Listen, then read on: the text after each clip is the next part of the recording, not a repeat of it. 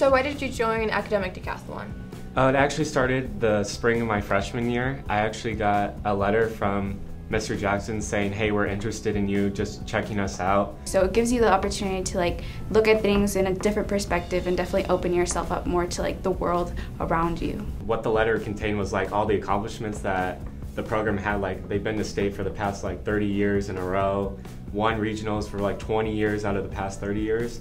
I wanted to be passionate about something. I want to have goals to follow. That's just who I am. I like to find challenges. I thought I would just check it out, and once I went to that orientation meeting, I just fell in love with it. What benefits do you get from being an Academic Decathlon? Well, Academic Decathlon is 10 events, and a lot of those things are really different. Some are public speaking and writing essays, and others are taking maths tests or art tests on different subjects.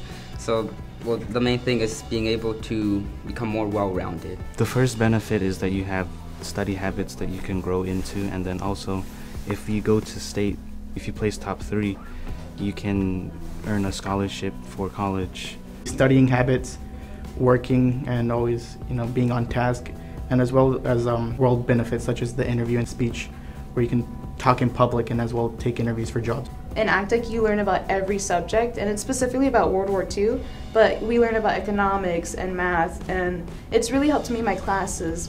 It's a lot of studying, it's a lot of material we have to cover in such a short amount of time, so it's just, you have to be adaptable. Best benefits is with interview and speech, because we have to do 2 speeches and an interview, and through Academic Decathlon I've really learned how to be professional and how to communicate properly with adults. And outside of the actual competition, you meet a lot of new people. A lot of the people that are on my team this year, I never really talked to before, and getting to be with them on this team has kind of made us closer, and it's given us kind of a family bond, something that isn't easily replaced. How much work is involved, and how much time do you spend studying? I work more in decathlon than I believe I've ever worked in my entire school career. I devote most of my time there. There's a lot of work involved, not only for you individually, but as a team, because it feels like if you're not totally invested, then you're not really helping the team in a way. There's a lot of work between coming to class and doing stuff in the class, as well as every day after school, being part of the team, and then always studying at home. We do testing at school, but where we do most of our learning is at home. It's so much work, and it's so much detail. Not only into when you're taking your test or whatever, but we also have subjectives and interview, and then the smallest detail counts. In general, it's a lot of work, but obviously the better you want to get, the more work you have to put in. Anyone can be good at decathlon if you're willing to work and put the time and effort into it. What do you enjoy about Academic Decathlon, and what is your favorite subject in it? My favorite subject is actually social science, and that's basically just the history aspect of what we're studying, and this year it's actually World War II. Probably science this year, just because I'm really into science and I really like the topic this year, which is a bunch of nuclear physics. My favorite subject is social science because I know more about World War II than I do other subjects. My favorite subject is social science. It's a far more in-depth version of all the battles of the war.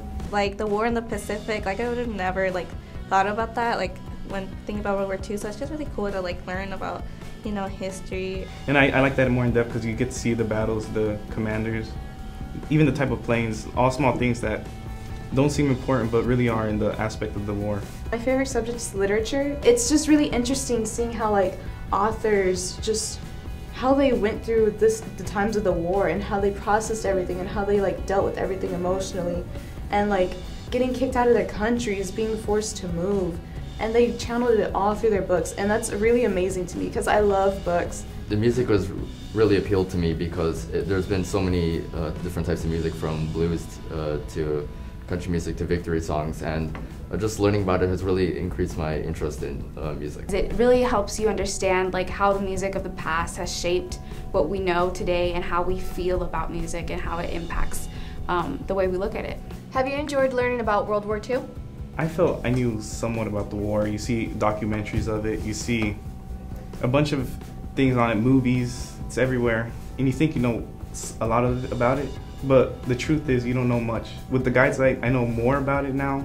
World War II is really fascinating. It's a very iconic good guy versus bad guy. You had the Allies versus the Axis, and it's something that was very pivotal to what modern history is today. So it's really interesting to learn about.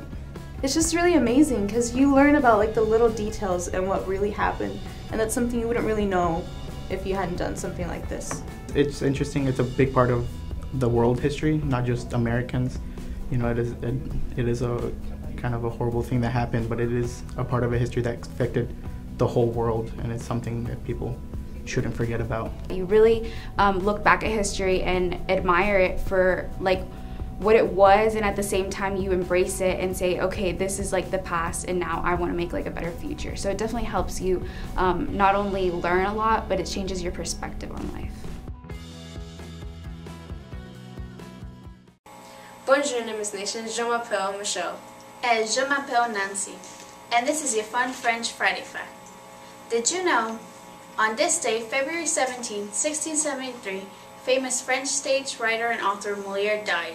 Molière, originally named Jean-Baptiste Poquelin, is considered to be the greatest of all writers of French comedy. His most famous works include Le Misanthrope, Le Tartuffe, and L'École des Femmes.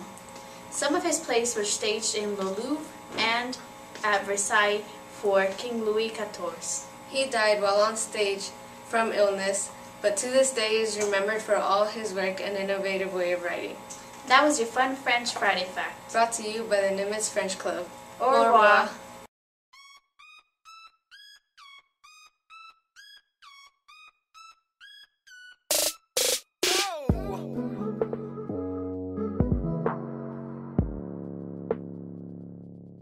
Friday, February 17th, the Nimitz soccer will be taking on Grand Prairie High School. The girls will be playing at home and the boys will be playing away. Also Friday, the freshman baseball team will be playing here at Nimitz versus Wiley High School. Saturday, February 18th at 9:30 a.m., the bowling will have a match at Is Bowling Alley in Euless. Also at 10 and 12:30, the JV and varsity baseball will go against Wiley High School here at Nimitz. So on Monday, February 20th, our Nimitz baseball will be going against Newman Smith. Our JV and varsity will play here at Nimitz at 4 and 7, and our freshman will play away at 5. Please stand for the pledge. Place your right hand over your heart. Ready, begin. I pledge allegiance to the flag of the United States of America and to the republic for which it stands, one nation, under God, indivisible, with liberty and justice for all. Honor the Texas flag. I pledge allegiance to thee, Texas, one state under God, one and indivisible,